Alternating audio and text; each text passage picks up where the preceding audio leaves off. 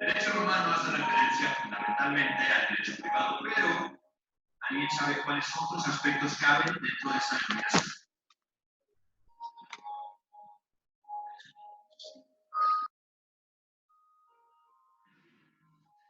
Son el derecho penal, el público y el administrativo. Está correcto. Ya sé quién va a ser el único 10 de estas. Porque han de saber que como son solo 10,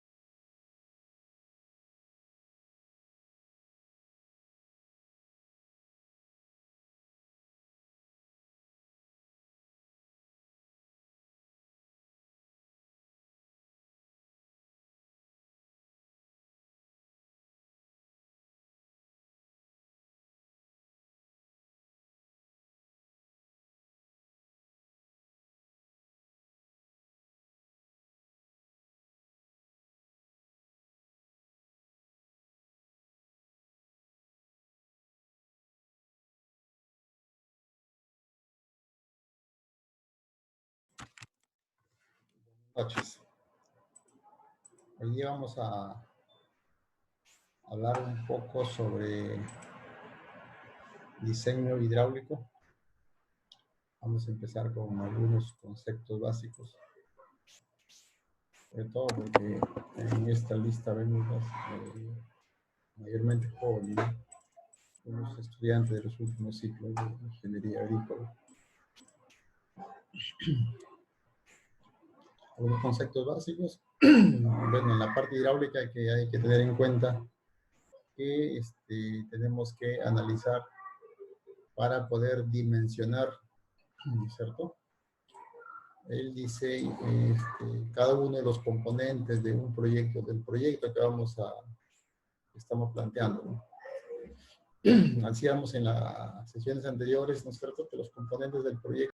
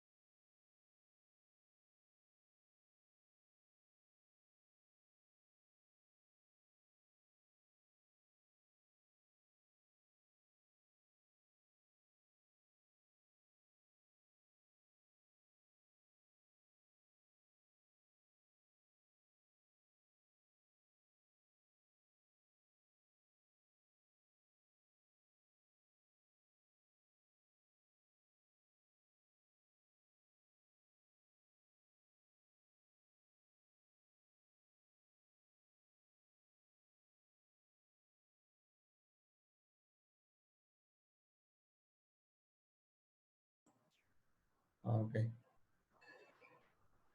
Gracias por avisar. Sí, cualquier inconveniente avisan, por favor. Ya, repito entonces. Decíamos que aquí necesitamos dimensionar, ¿no es cierto?, las características o los componentes del proyecto, ¿no? En la parte del balance hídrico, se analiza la oferta y la demanda. Entonces ahí vas a tener ya una oferta de agua disponible que puede ser un río, quebrada, canal, pozo, ¿no es cierto?, un reservorio, y que tienes una demanda de agua en función al, ¿no es cierto?, en función al tamaño del proyecto, ¿no es cierto? Entonces tu análisis oferta-demanda y vas a indicar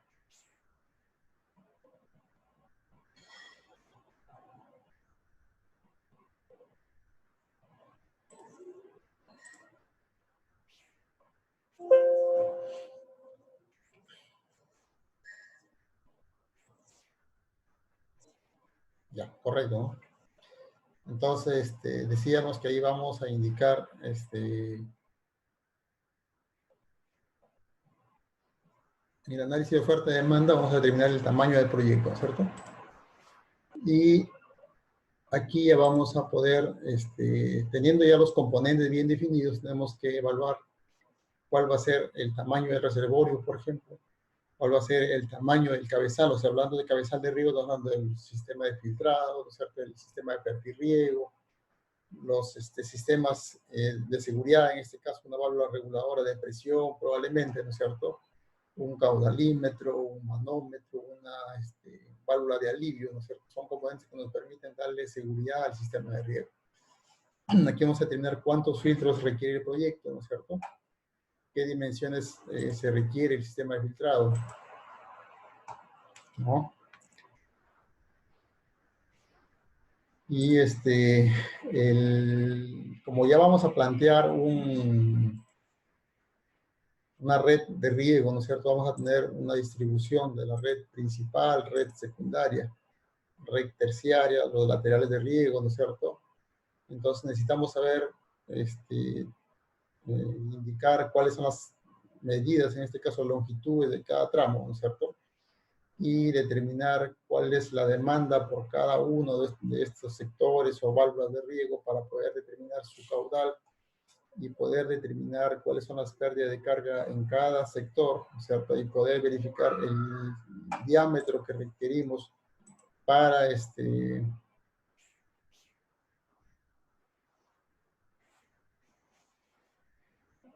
poder hacer evaluación hidráulica si funciona o no funciona, y en base a eso poder determinar si es en un terreno plano, pues determinar el requerimiento de presión, que en este caso tendríamos que dimensionar una bomba, ¿no es cierto?, que esta bomba puede ser accionada por un motor a combustión, puede ser accionada por un panel solar, ¿no es cierto?, y si es en la sierra, lógicamente hay que comprarlo con la diferencia de nivel que tenemos como punto de energía para ver si si se requiere la necesidad de poner una cámara rompepresión o no es necesario, ¿no?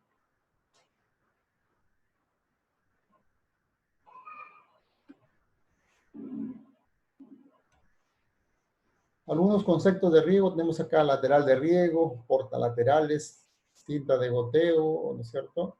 Tenemos acá manguera de riego, tubería, ¿no es cierto?, tramo de tubería y accesorio, ¿no? Bueno, esos conceptos no los voy a leer porque ustedes los pueden leer tranquilamente, pero vamos viendo, ¿no es cierto?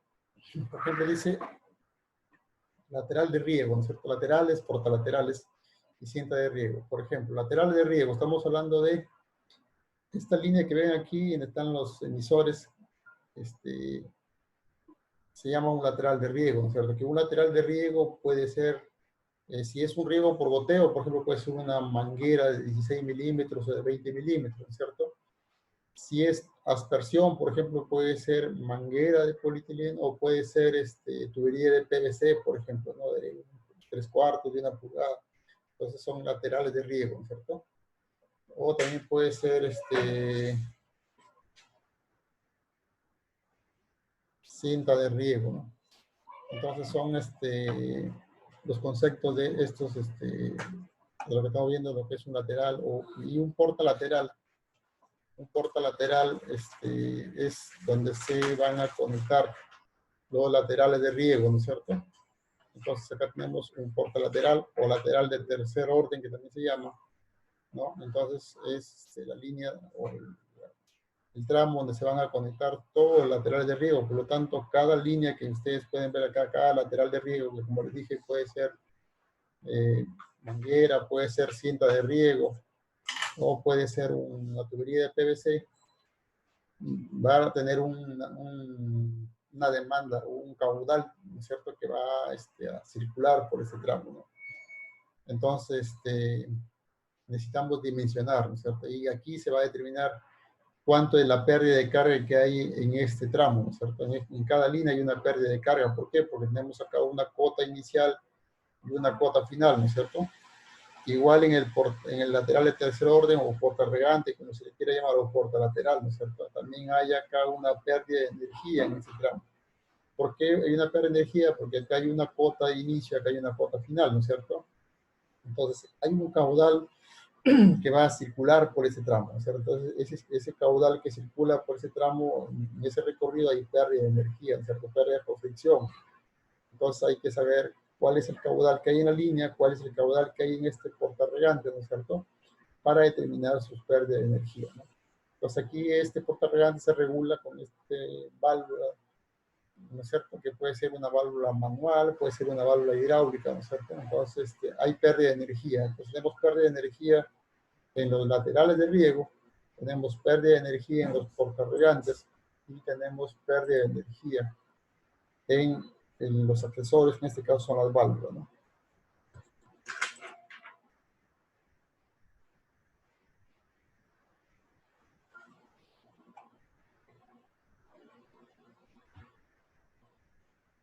Ya, entonces,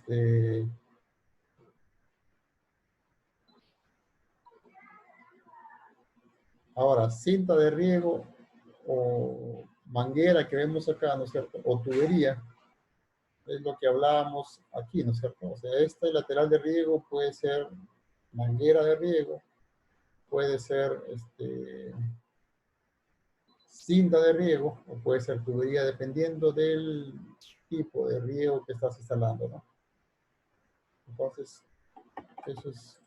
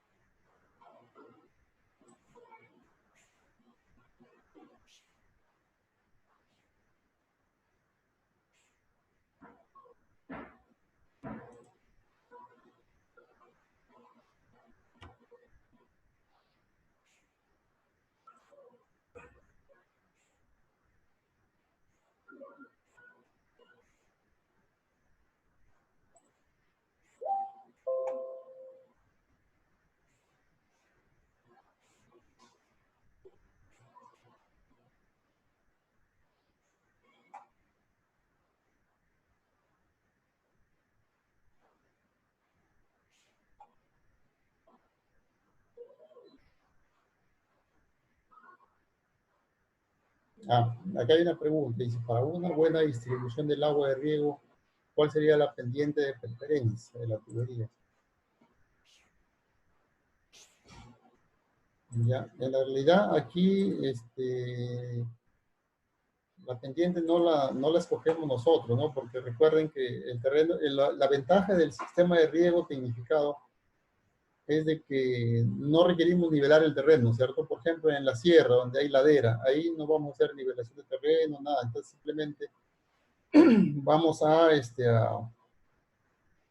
adaptarnos a la topografía, ¿no es cierto? En el caso de la sierra, por ejemplo, estas líneas de riego que están aquí, se ven los emisores donde está cayendo el agua, estas líneas van a estar paralelas a la curva de nivel, ¿no es cierto? Entonces, ahí lo que se busca es la menor pendiente posible.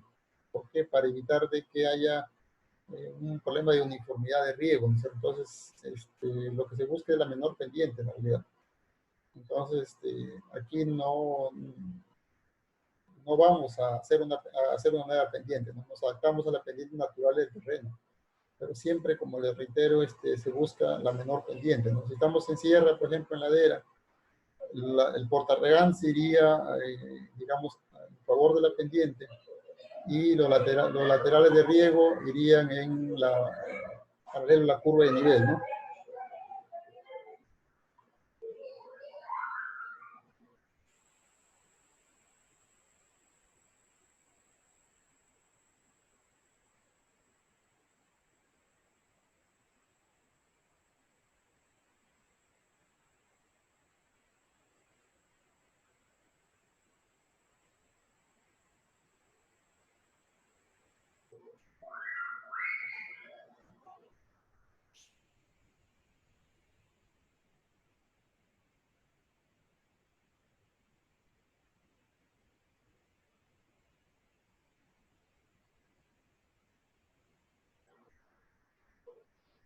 ¿Ya? Entonces, esas son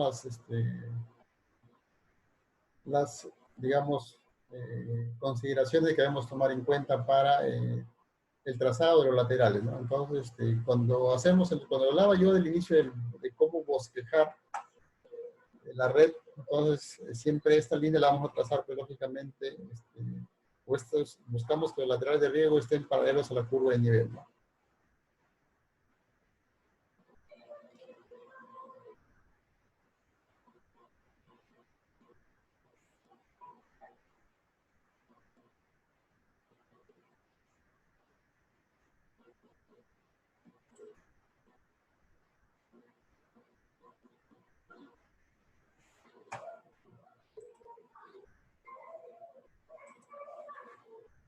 tenemos otro concepto, por ejemplo, como tramo de tubería y accesorio, ¿no?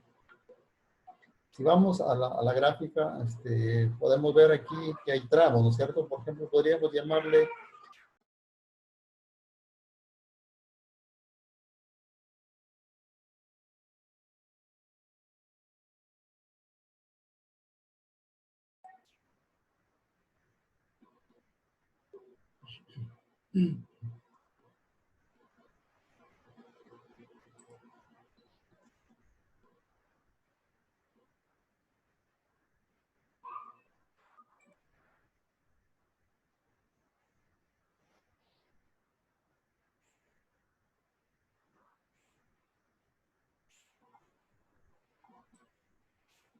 espero me escuchen.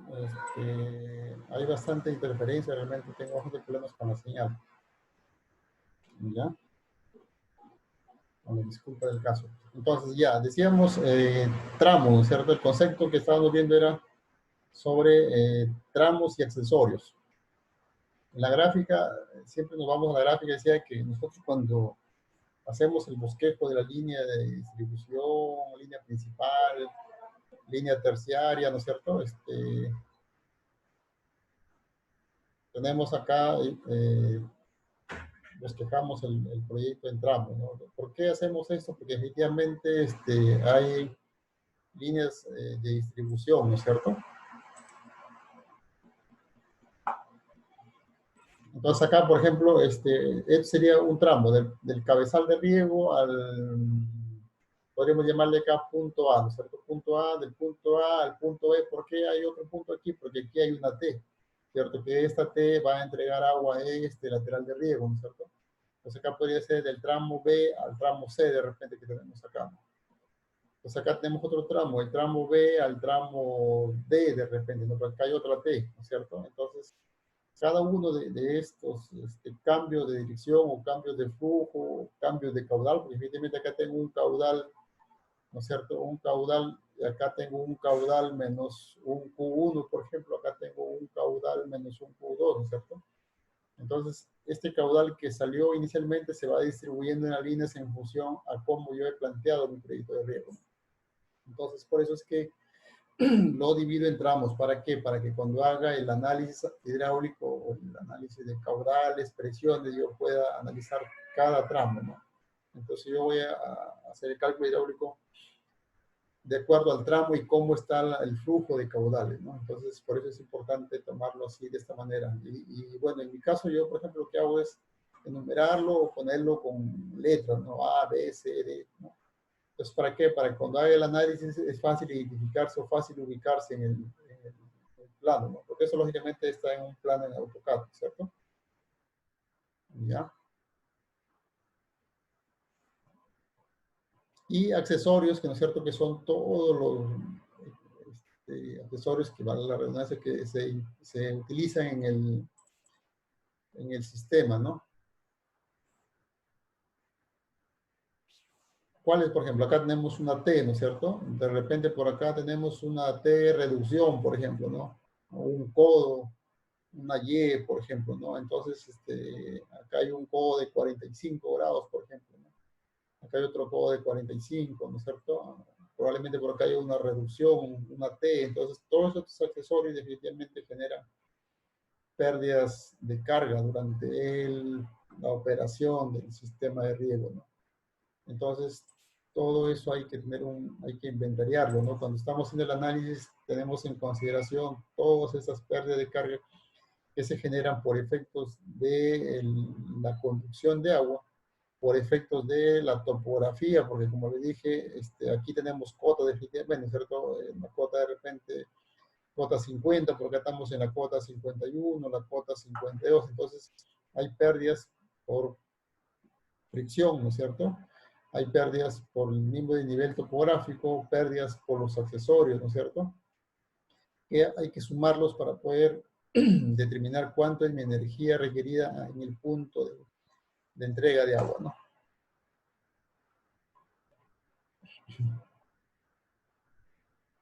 Entonces, eso mayormente son la parte de conceptos básicos, ¿no? Entonces, en la charla anterior nos habíamos quedado en agronómica, en la parte agronómica, ¿no? Y entonces en la parte hidráulica decíamos que hay que dimensionar la tubería, ¿no es cierto? Entonces eso es lo que vamos a tratar de explicar hoy día con esta parte teórica, y en la siguiente charla pues será la parte práctica, ¿no? Entonces, en la parte hidráulica, como ya resalté un poco, es el dimensionamiento de la tubería, ¿no es cierto? Dimensionar el sistema de filtrado en función al caudal que se va a trabajar en el sistema de riego, ¿no es cierto? Diseñar la fertilización y dimensionar el sistema de bombeo, si es que es en costa o en la sierra, pues ver si la topografía no requiere dimensionar alguna cámara rompepresión, probablemente poner válvulas reguladoras sostenedoras, ¿no? Cuando hacemos el diseño hidráulico, ¿qué es lo que evaluamos, ¿cierto? Lo que buscamos con nuestros cálculos, ¿no? La uniformidad del riego, ¿no es cierto? O sea, en la parte de diseño, nosotros lo que hacemos es ver la parte de la uniformidad, ¿no es cierto? Entonces, como les mencioné, en lo posible, tratar de que en los laterales de riego, las pérdidas, ¿no es cierto?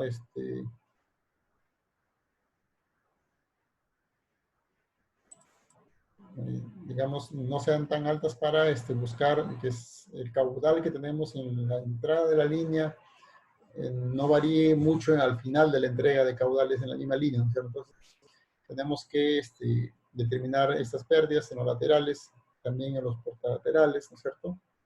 Tomando en cuenta, lógicamente, la topografía, ¿no? Entonces, como resalté, la topografía es natural, o sea, el riego tecnificado no vamos a hacer nivelación de terreno, ¿no es cierto? Salvo en costa, pues que se podría hacer, ¿no? Para efectos de cultivo mayormente, ¿no? En la sierra no se hace nivelación, ¿no? Lo que se busca es simplemente aprovechar la presión natural y adaptar los laterales de riego para ir a la curva de nivel. En lo que respecta a la red de distribución, o sea, aquí en esta gráfica, es aquí, ¿no es cierto?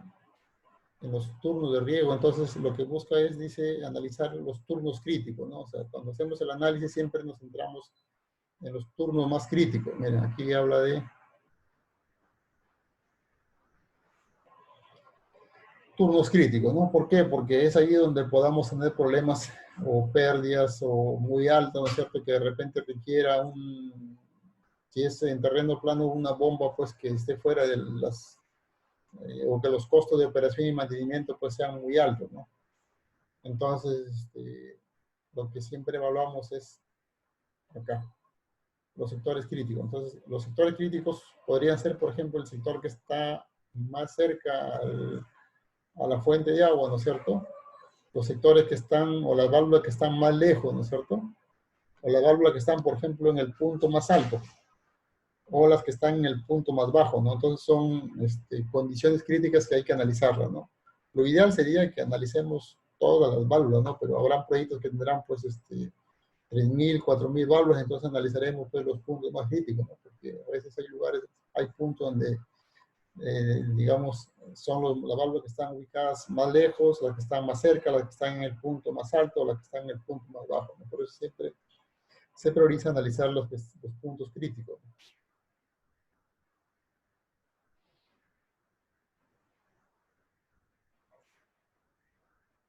Y lo otro es que tenemos que determinar, pues, los requerimientos de presión, ¿no? Presión en los sectores de riego.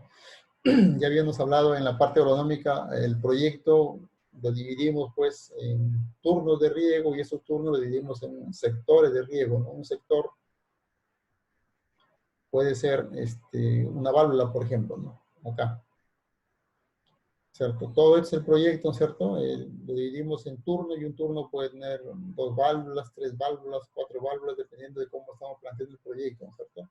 Entonces hay que determinar cuánto es lo que se pierde desde la fuente de agua hasta la válvula 1, cuánto es lo que se pierde de la fuente de agua hasta la válvula 2, ¿cierto? Cuánto es lo que se pierde de la fuente hasta la válvula 3, o sea, analizaremos cada válvula para ver cuántas son las pérdidas. Lo que buscamos es de que las pérdidas sean uniformes, ¿no es cierto? O sea, no podemos tener acá, por ejemplo, que en esta válvula se pierda, cuando en el turno, perdón, se pierda o requerimos 30 metros, ¿no es cierto?, de columna de agua, ¿no? y en el otro turno necesitemos requiramos una presión de 50 metros. Entonces estamos hablando de que no tenemos uniformidad de requerimiento de presión cuando analizamos cada turno. Entonces lo que buscamos es de que todos los turnos tengan el mismo requerimiento de presión. ¿Cómo lo hacemos eso? Lógicamente manejando caudales, manejando diámetros de la tubería de conducción, ¿cierto? O sea, por aquí no vamos a modificar topografía, porque simplemente lo que buscamos es adecuarnos a las condiciones de topográfica. Entonces, ¿qué manejamos? Manejamos diámetros y manejamos caudales, ¿no? Por eso la parte agronómica que la semana pasada discutimos es el primer bosquejo, ¿no es cierto? Cuando yo analizo la parte agronómica es mi primer planteamiento, mi primera simulación. En la parte hidráulica, cuando comienzo a analizar las pérdidas de cada uno de los turnos, ¿no es cierto? Ahí ya yo voy a decir, si es que veo que la variación de requerimiento de presión es muy alta entre uno y otro turno, entonces tendría que modificar caudales, modificar diámetro de tubería, y si esto no me da muy buen resultado, pues tendría que modificar de alguna manera el planteamiento agronómico, ¿no? Entonces, esto es lo que me va a determinar si es que he hecho un buen planteamiento agronómico o tendría que hacer algunos reajustes, ¿no? ¿Ya? Entonces, eso es la presión en los sectores, ¿no es cierto? La pérdida de fricción que lo determina en cada tramo, ¿no es cierto? En cada línea de conducción, de distribución, en los accesorios, y la pérdida en el cabezal, ¿no es cierto? ¿Cuántos filtros voy a tener? Que lógicamente hay pérdidas, y que tiene mucho que ver la topografía definitivamente, ¿no? Y el sistema de bombeo que lo vamos a dimensionar en función al caudal de diseño, en función al caudal que voy a tener en el requerimiento del sistema de riego, ¿no es cierto? La presión de diseño, que es lo que en función al proyecto, cuánto de presión requiere el proyecto para que opere, ¿no es cierto? Y si estoy hablando de un sistema de bombeo de un pozo, entonces tendré que también considerar la succión, ¿no es cierto? Entonces, en función a eso voy a dimensionar el sistema de bombeo, ¿no? Y las pérdidas de carga por fricción, ¿no es cierto? Que es la energía que se pierde durante el flujo, ¿no es cierto? Bueno, esto es algunos conceptos, el roce entre moléculas cuando el agua está fluyendo, ¿no es cierto? El roce entre moléculas del agua y las paredes de la tubería y accesorios, ¿no es cierto? Que esto va a depender lógicamente del tipo de conducción que estamos realizando, ¿no?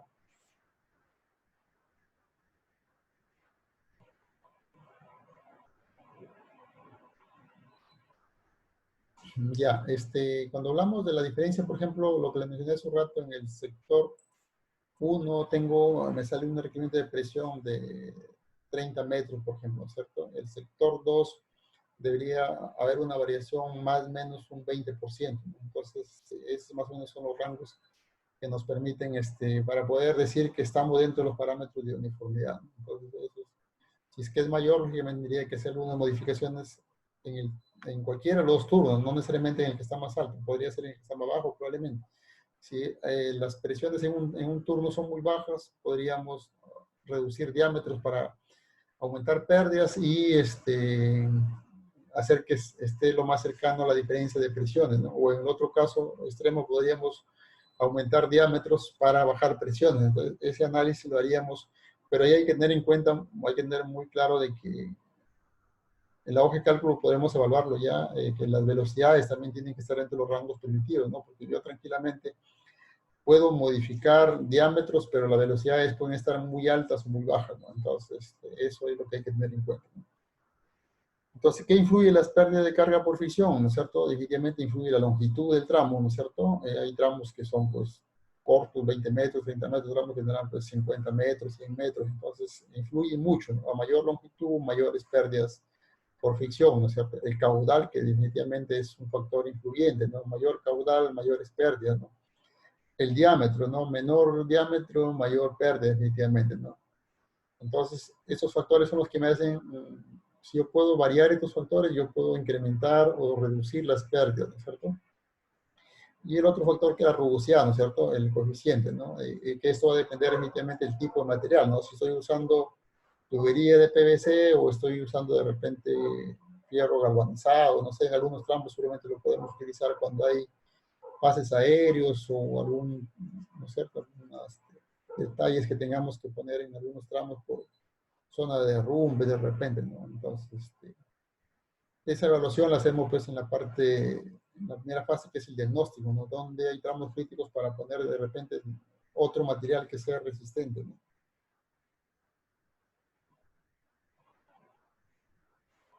Y acá podremos ver un esquema de las pérdidas de carga. Entonces, ¿qué hago? Definitivamente, la línea de conducción va a tener esta figura más o menos, ¿no? Empiezo con un diámetro 1, que es mayor definitivamente, un diámetro 2 y un diámetro 3, ¿no? ¿Y por qué esto? Porque definitivamente por acá se va entregando caudales y el caudal finalmente que llega en la parte final va a ser mucho menor, ¿no? Entonces, por eso es que estamos reduciendo, el diámetro se va reduciendo, ¿no? Entonces, ¿cómo sumo las pérdidas de carga? Analizo el tramo 1, ¿no es cierto? Pérdida de carga en el tramo 1, ¿no es cierto? Más la pérdida de carga en el tramo 2, más la pérdida de carga en el tramo 3, ¿no es cierto? Y así sucesivamente, que esto va a estar en metros de columna de agua, ¿no? Porque evidentemente acá tengo un caudal inicial, un caudal, ¿no es cierto? Un caudal 2 o un caudal 3, ¿no es cierto? Que es menor definitivamente.